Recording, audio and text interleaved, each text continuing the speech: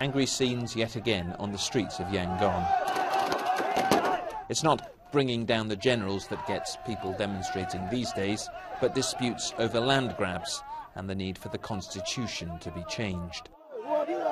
But as you've probably guessed, all is not as it seems. Everyone you can see here is a policeman, and this is part of a course in crowd control being run by the European Union.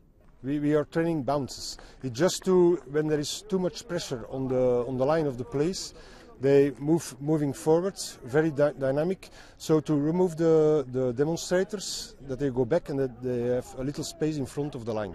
So push forward in a relatively non-violent way. A non-violent way, yeah, that's for sure. Over the course of the next year, nearly 4,000 policemen will be taught about bounces, crowd dynamics, and crucially, when and how to use force.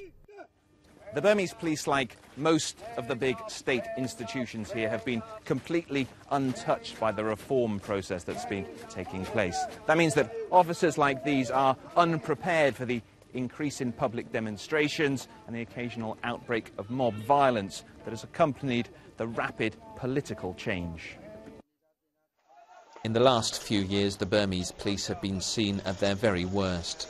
During violence in central Myanmar, riot police were filmed looking on as Buddhists burnt Muslim homes. Further west in Rakhine State, they've been accused not just of failing to protect civilians, but actually taking part in attacks. There have been things that we have done badly and things that we have done well in the past. This sort of training helps us find our weaknesses and correct them, and can improve all aspects of the way we operate. And we get this a lot in the UK, when we get protesters. Donors like the EU know that after 3 dramatic years, many believe that reforms have now stalled. Myanmar's democratic spring may be followed by winter, not summer.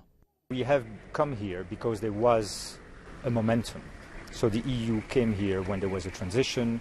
We have decided to lift the sanctions. We have decided to reinstall a preferential trade treatment. We have given political support. We are giving financial support. All this is, of course, on the assumption that the transition continues. If reforms are halted, the commitment of the police to their new training will almost certainly be put to the test. Jonah Fisher, BBC News, Yangon, Myanmar.